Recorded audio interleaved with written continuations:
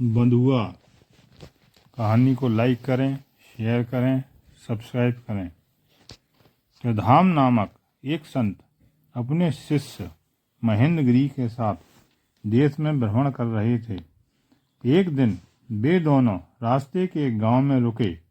जब गुरु शिष्य यह पता कर रहे थे कि क्या उन्हें उस गांव में एक रात रुकने लायक स्थान मिल सकता है, तो उन्होंने एक विचित्र दृश्य देखा। एक दुबला पतला आदमी एक पेड़ से बंधा था। एक लंबा और शक्तिशाली आदमी उसे कोड़े मार रहा था। दुबले पतले आदमी की पत्नी और उसका 6 वर्ष का पुत्र शक्तिशाली आदमी के पैरों में पड़कर उससे उस आदमी को न मारने की विनती कर रहे थे। उनके आसपास बहुत सी भीड़ जमा हो गई थी। महेंद्रगिरी को पता लगा कि उस आदमी को मारने वाले व्यक्ति का नाम भुजंग था।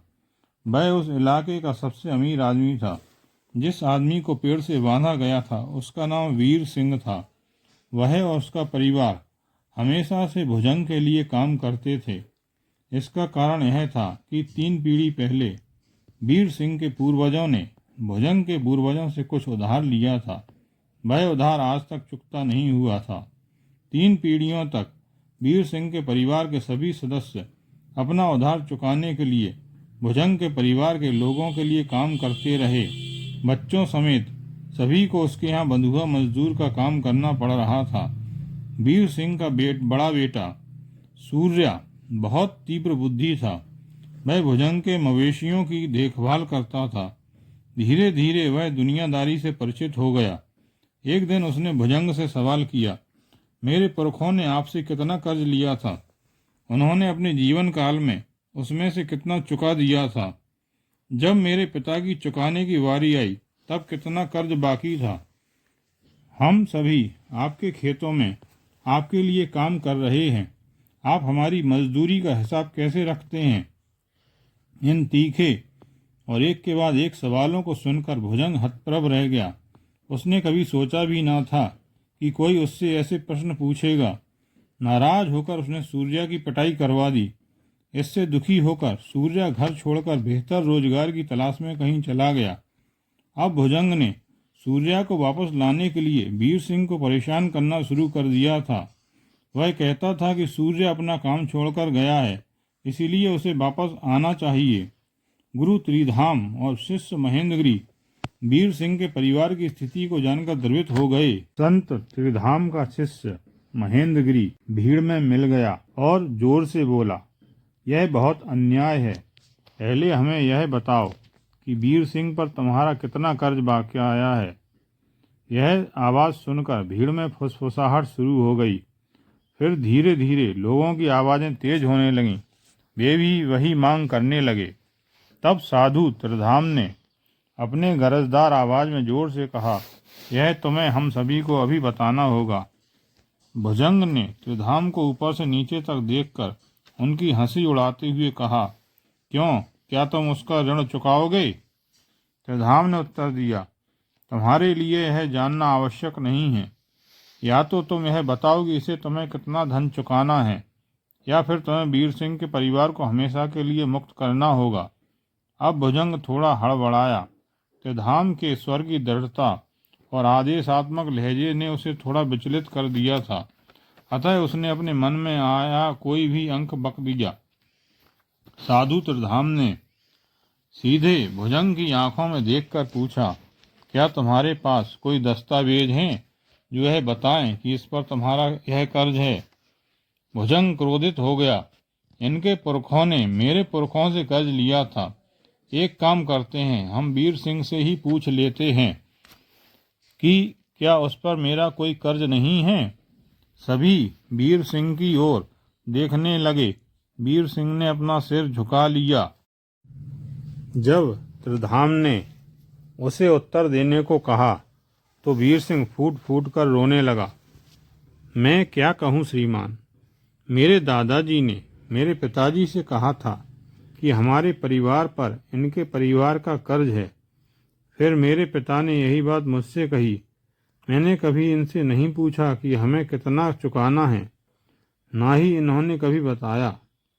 त्रिधाम भुजंग वाले चबूतरे पर चढ़कर उसके सामने बैठ गए उन्होंने अपने पैर में पहना हुआ कड़ा निकालकर भुजंग के हाथ में दिया। कृपया इसे अपने कर्ज की अदायगी समझकर रख लो और वीर सिंह के परिवार को मुक्त कर दो।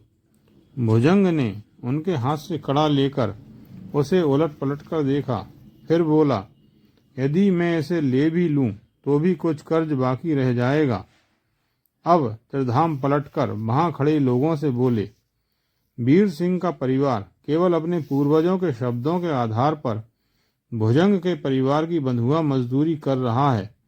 वे अपने प्रति हो रहे अन्याय और अत्याचार को सह रहे हैं।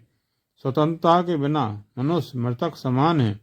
इसीलिए मैं इसे वह कड़ा दे रहा हूँ जिसे इस राज्य के राजा ने स्वयं मेरे पैर पर पहनाया था।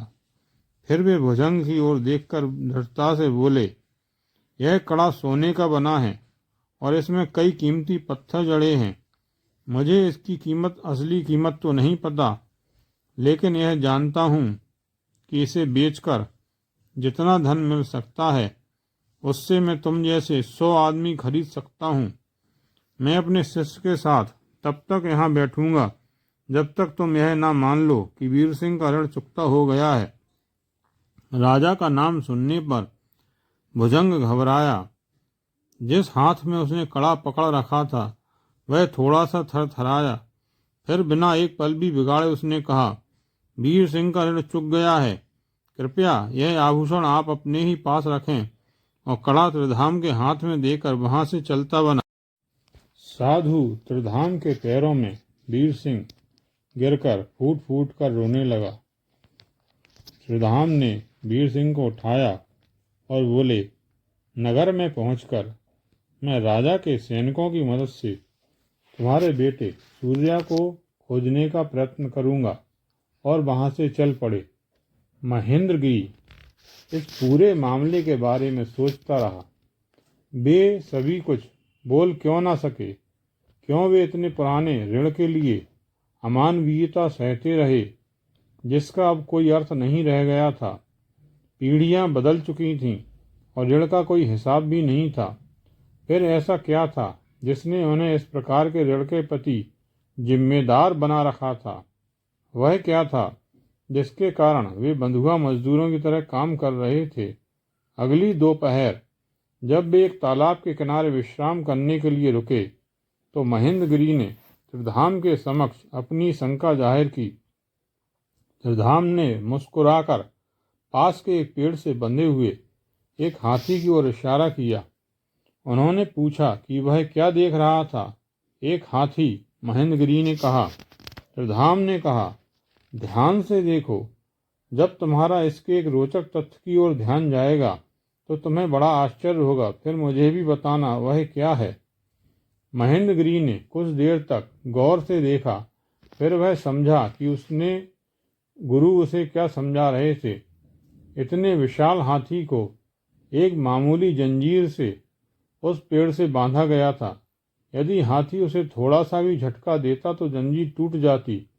संत त्रिधाम को अपने शिष्य के दिमाग में चल रही बातें जैसे पता लग गईं। उन्होंने कहा, जब हाथी छोटा होता है तब वह इस जंजीर से छूटने का प्रयत्न करता है, लेकिन तब वह इसे तोड़ नहीं सकता। फिर जैसे जैसे वह बड़ा होता है वह समझ लेता है कि छूट जाने की इच्छा करना बेकार है। दो व्यक्तियों के बीच के संबंध भी इसी प्रकार के हैं। इनसे व्यक्ति मानसिक जंजीर से बंध जाता है। हाथी एक जानवर है, अतः उसके लिए इस प्रकार छूटना मुश्किल है, लेकिन सूर्य जैसे लोग भुजंग जैसों की पकड़ से छूटने में मदद करने के लिए वीर सिंह जैसों को इन अनुबंधों की कमियों का एहसास कराएंगे। यह कहकर महेंद्रगिरी अपने गुरु के साथ चल दिया। उसे अपने गुरु की कही गई सारी बात समझ में आ गई थी। इस कहानी से हमें शिक्षा मिलती है कि हमें पुरानी रूढ़ियों में नहीं पड़ना चाहिए। यदि वह रूढ़ी गलत है तो हमें उसका शीघ्र त्याग कर देना चाहिए।